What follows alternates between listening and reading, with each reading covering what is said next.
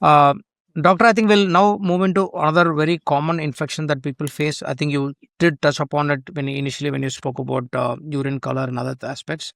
I want to speak about urinary tract infections, and this is again very common among people, and that's something that you see more often. Just explain us why is it so common? See, urinary infections, again depends on the category age group that we are talking about. See, in very young people means lot of sort of toddlers or or teenagers. Their infection is common if there's any inborn systemic error. They're born with some defect in the system. They can get infection. So there you must look for the factors. But the commonest age group is seen in young women, typically called as the reproductive age group or the sexually active age group. They get UTI. So their anatomy, their body nature itself makes them prone for UTI. And the next commonest age group is older men who get into this age group called as a prostate enlargement age group beyond 50-55 years because of prostate enlargement and some urinary dysfunction. That also makes them prone for UTI. And what exactly is UTI for people who don't know anything about it? Yeah, What is UTI means urinary tract infection. So there are, see, if you see, there are bacteria present all over our body. Every square millimeter of our body has billions of bacteria. In fact, not just bacteria, these microorganisms, they outnumber our normal human body cells. So we are living with them. They're living with us. So they've learned a way to help us and live. So they don't harm us. But there are only 1% of bacteria also, of microorganisms which can trouble us. So these troublemakers are there everywhere, in the body. So body keeps a check on them. But whenever any local area, like your urinary tract or wherever, if you see a breach in the defense, these bacteria, make use of it.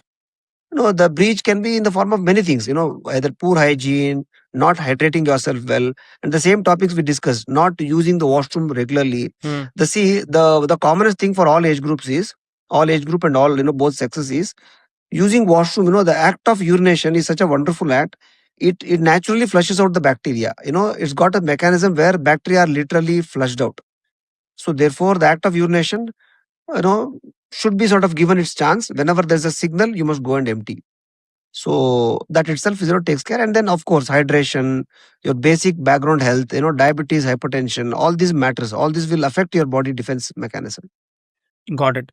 I think, I mean, this is a common thing that I've heard from, people around me. They say that if the bathroom is not reasonably hygienic, you have a high chance of, I don't know, getting infected with this UTI, urinary tract infections, etc. Is there a Uh, logic to it? Or you seem to say that it's better to go and pass urine than keep it, right? I'll tell you now. See, there are two aspects to this. One is, when you talk about men, so men need not worry whatever kind of hygiene. So because, see, unlike respiratory infection like a COVID infection, which can come from airborne droplets, which can come from the air, here urinary infection cannot come from there. There should be a physical contact. So therefore, men need not worry, especially if they have to pass urine. They can easily relieve themselves whenever wherever. Okay, no, with minimal hygiene care. But women, of course, they have to, sit. There's a physical contact. They must sit on the toilet seat and all that. So therefore, they must make themselves comfortable. For that reason only, they should use some other applicants, in the form of either V Wash or P Safe, which makes it easier for them to use a public toilet. But it's always better to use a washroom than postpone urination. Because keeping urine in the bladder, is a hotbed for infection. Infection can easily come. You're encouraging bacteria to multiply. So the act of urination, discourages that because So bacteria is found everywhere in the body. when you say Yeah, contact, what I'm wanting to understand, this contact is with the act of the physical touch with the toilet seat, or is it? yes, yes, yes. All that exactly. All those, all those contact points. For example, the door handle, the faucet, handles, or or the toilet seat itself. Understood? Those physical contacts can cause UTI. No doubt about that. So therefore, your basic common sense and hygiene is what matters. And how you approach them, have some tissue paper, how have some some via media, so that you will not get infection directly. Especially when you talk about women, they must carry these things in the public place, so it takes care of it. Even otherwise, assume that you don't have them at hand right now. Even then, using Hmm, the toilet with minimal common sense and taking care of the hygiene and relieving yourself is better than postponing urination. got it. So the other myth that I want to ask you about is there has been this story that somebody has UTI. What should they do to kind of get it cured? Whenever the UTI is there, no, for example, this point, no, what you brought up very nicely. This is very important for people who are prone for UTI, who had multiple UTIs and all that. So therefore, they are prone. What is the first step to be done, or their family member? What is the first step to be done? Is urine microscopy, urine culture. Nowadays, with the availability of this, this quick commerce and other thing, which are online platforms, you can immediately ask somebody to come and collect a urine sample 24/7. Somebody should collect the urine sample, urine microscopy, urine culture. Yeah. So whenever there's a UTI or a symptom of UTI, which most men or women can recognize, okay, I'm having a UTI right now, like urinary burning sensation or frequency or lower abdominal discomfort, all this happening. So immediately, give a urine sample. Don't have to wait for a morning sample or anything of that sort. Just give a sample of urine microscopy, urine culture, and start, either of the two things. One is a drug which will, it's called as alkalizer, a drug which will make you get relieved of the symptoms. Immediately you'll feel much better. You struggle to urinate, that lower abdominal discomfort, this constant urge to urinate will suddenly reduce. There are many company drugs that make this, like flavoxate is the active molecule. Urispas is one of the common brands. So Citralca, many women are familiar with these medications. So you can take them, which are not antibiotics, because like your respiratory infection, the common cold, or so many things, UTI also is self-limiting. So within 2-3 days, the UTI goes off even without use of antibiotics, because body knows how to fight. But those 2-3 days you must struggle. That's why you will have to use these medication which will make you feel better. In addition, you can also start antibiotics. Depending on your local sort of antibiotic usage, local bacteria that you live. So that the doctor will choose usually. And this bacteria is different from the bacteria that lives on the stone, or is it similar? They are different. Yes, they are different. They are different. This Very is correct. They are okay. This is a different. Yes, different one. yes. And Yeah. the other thing you mentioned, like what kind of symptoms would anyone see if they have a UTI? Is it like only pain, or is it like difficulty passing urine? What are the common symptoms that one See, will see, have? we're talking about, for example, we're talking about the common stage group, which are talking about young men and women, especially young women. We're talking about where women have UTI incidence almost 10 times that of their counterparts. Because of the anatomy and because what the body goes through, the physiological variations. So the common typical symptom a woman presents with is urinary burning sensation, frequent urination, lower abdominal discomfort, and the constant urge to urinate. They urinate and come within 5 minutes. They feel like going again. They can't sit. They're totally restless. They sit in the washroom. They feel better, so they cannot come out only. So like that, every few drops they pass. They feel sort of pain. So therefore, the typical symptom. This all this what I told you. Plus, rarely fever also can happen. All these symptoms that I told you can come in very minor amounts. So the patients already have a premonition. Okay, I'm getting a UTI now, and they immediately sort of seek help.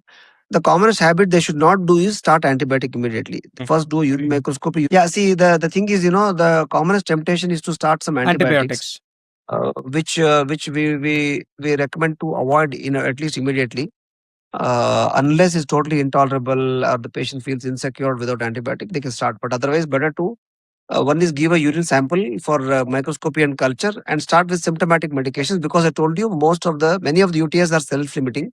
If you wait for 2-3 days, they may go away. You can avoid antibiotic.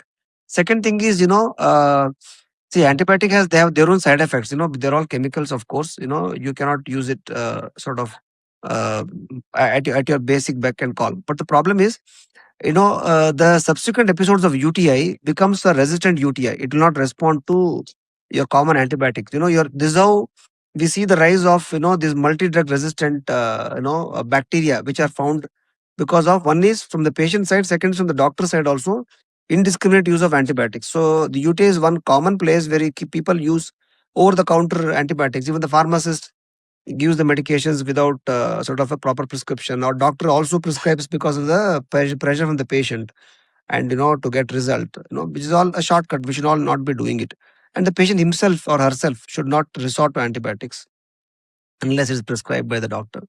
So better to avoid antibiotics because of the toxicity and because of the selection of drug resistant bacteria. So these bacteria, they have a competition among themselves. The drug resistant bacteria becomes a very powerful bacteria, and ultimately when there's a real emergency, you don't have any antibiotic left to treat.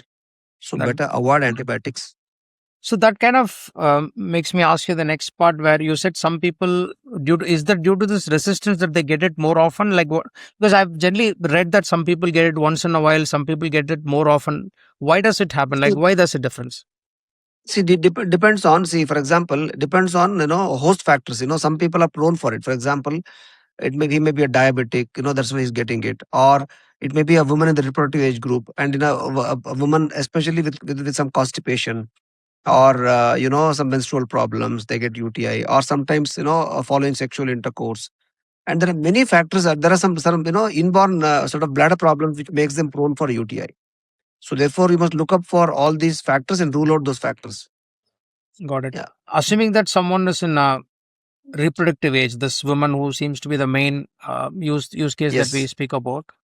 Yes. Yes. Let's assume that her bladder is fine and she doesn't have diabetes. She's in a young age, reproductive age between 18 to let's say 35, 40 types. Yes. Yes. Why is it that she's more prone to getting it? Like, what's it with the reproduction that makes her get See, infected more often? see. The first thing is the anatomy. Okay, no. See, not the reproductive age group. As a woman, see, men, no urinary tract. There is the from the bladder to the outside of the body outlet is around 18-20 centimeter long. In women, it's only 4 centimeter long. So, and in men, there are so many Oh, structures in the passage, like prostate, so many things which act like a defense mechanism. In women, there is no structure between the outside of the body and the bladder except the urethra. The urethra is also a very soft, supple structure. So it's very easy for the bacteria to climb up. And if you look at the anatomy, the distance between the anal opening and the urinary opening is hardly few centimeters. Okay, correct, no, correct. very easy for the bacteria to migrate. So see, the common bacteria are found in the skin itself, but also the second common bacteria are found in the from the bowel tract, from the motion tract. From there also the bacteria easily climb access. They gain access here. That's So excellent. therefore, yeah, it makes them prone for UTI. And of course, the reproductive age group also, because of sexual intercourse, also it makes the immunity breach. The immunity is breached and bacteria easily gain access. Got it.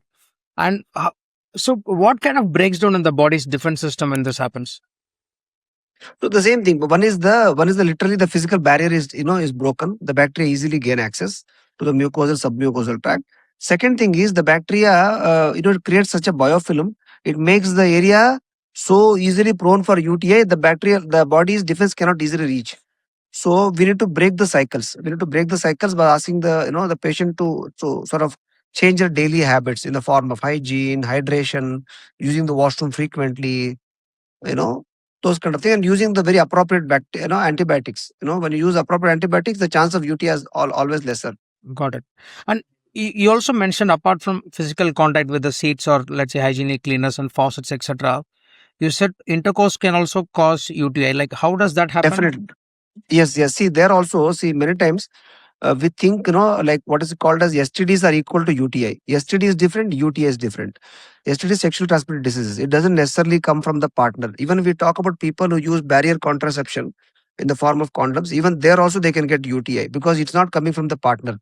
Your own bacteria which is present around the urinary tract, they are only gaining access because the very act of intercourse causes breach of those defenses temporarily.